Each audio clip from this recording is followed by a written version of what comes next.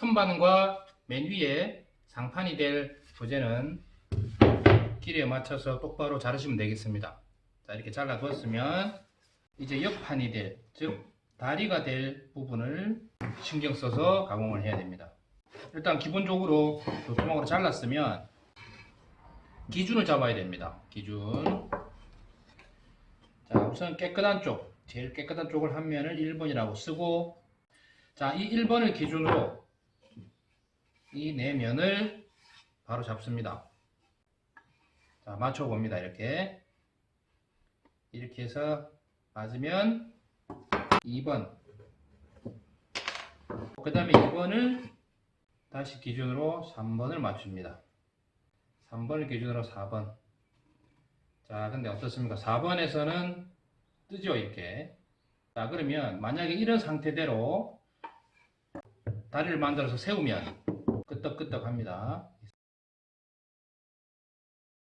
양쪽이 다리가 길이도 똑같으면서 우리가 사용할 책상면과 수평이 돼서 끄떡거리지 않도록 잘 해야 되겠습니다. 다시 잘라내더라도 조금만 잘라내면 되겠죠. 뭐 치수가 많이 틀리게끔 다리를 자르지는 않을 테니까. 자, 그럼 조금만 맞춰서 최대한 이 부분은 거의 끝은 깎이지 않을 정도고 이 부분은 약 5mm 정도 깎아야 될 상황입니다. 이제 이 부분을 깎아내겠습니다.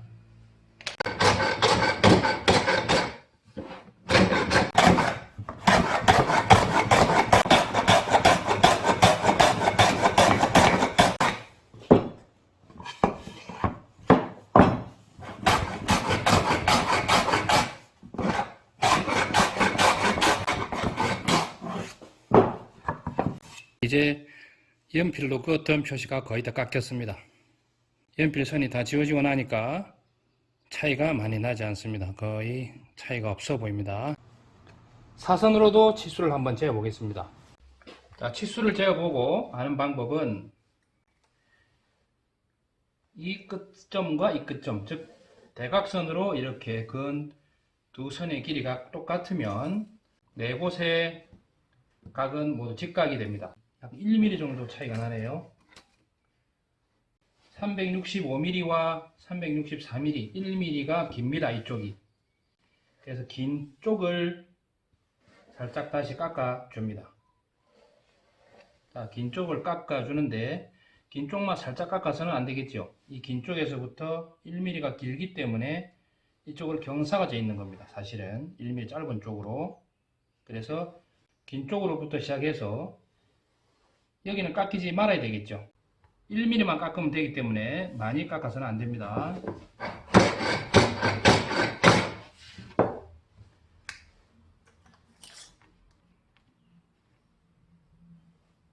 조금 깁니다.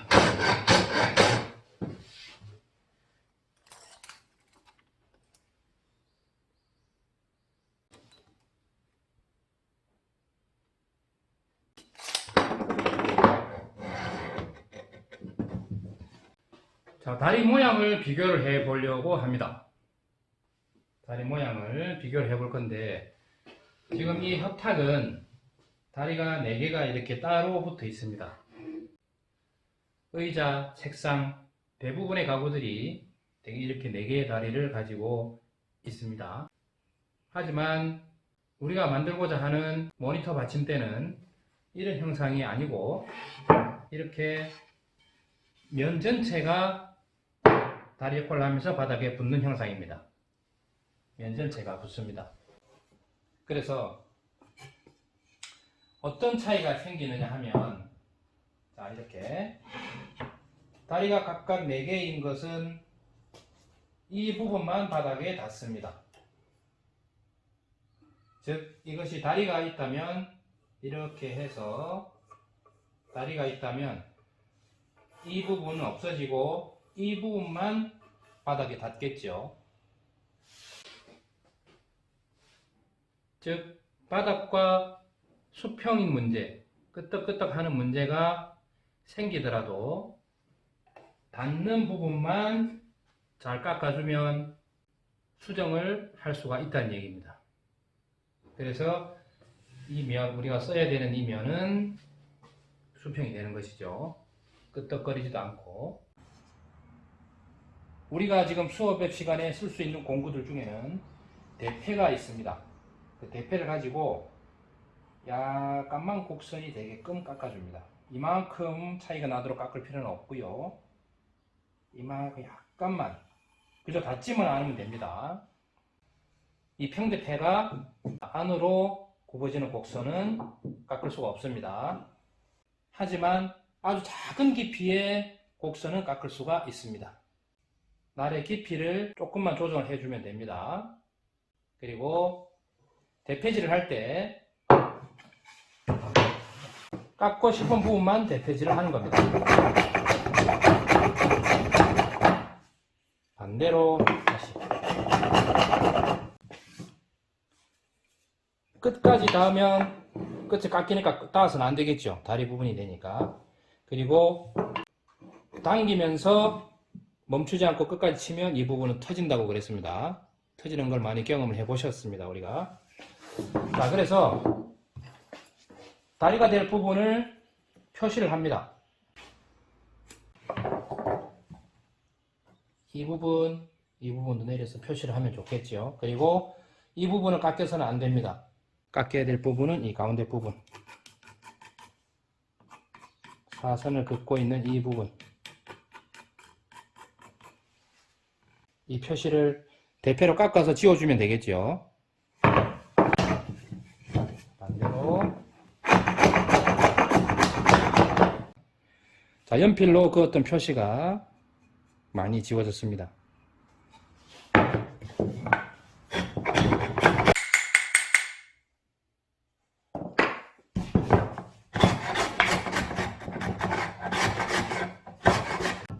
깎아가면서 대패날의 깊이를 조절을 해주는 것이 좋습니다. 왜냐하면 깎이고 난 부분이 점점 깊어지죠.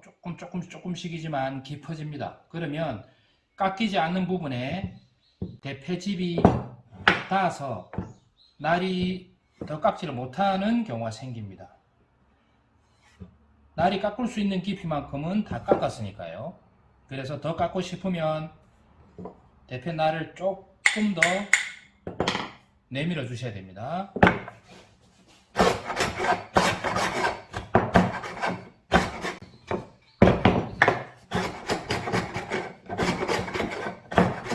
자, 날의 깊이를 조정해 가면서 깎았습니다. 크게 표시는 나지 않지만 굴곡되어져 보이는 부분이 생깁니다. 이런 식으로 빛이 들어오는지를 확인을 해 보시고 세워서 맞춰 보십시오. 조립하기 전에 이렇게 다리를 깎아두면 나중에 조립하고 나서 수정하기가 굉장히 쉽습니다. 혹시 끄떡거리고 다리 길이가 안 맞더라도 수정하기가 아주 쉬워집니다. 이 전체를 다 깎지 않아도 되니까.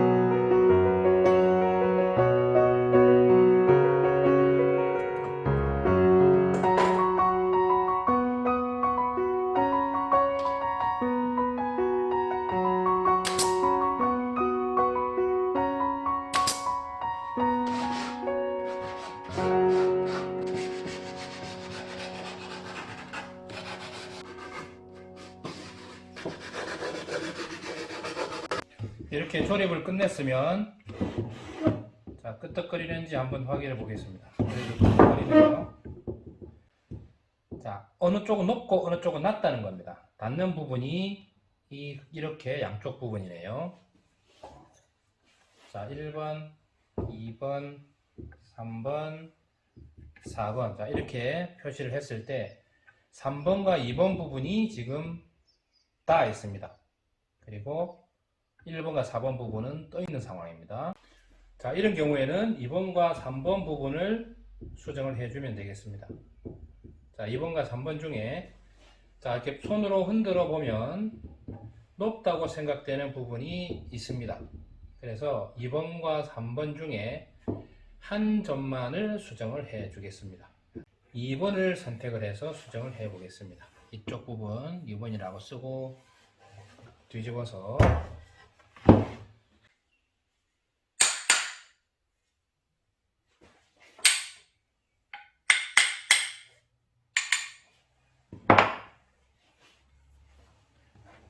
이거라고 확인을 하고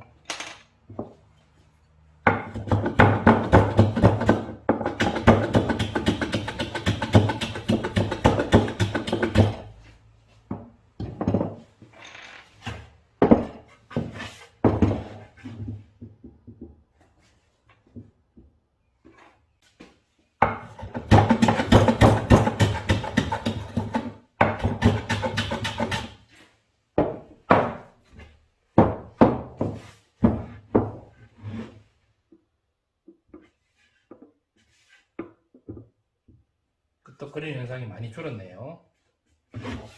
표시를 하고 나면 작은 나무 토막에 감아서 이렇게 해주시면 됩니다.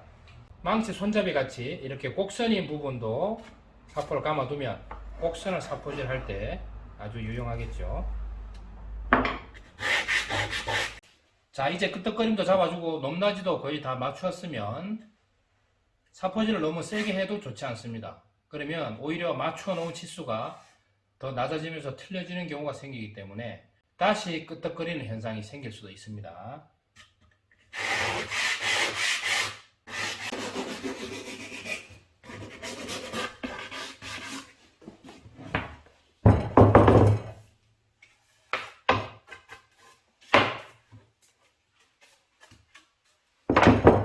자, 이렇게 완성이 되었습니다. 보시기에 좀 높아 보입니다.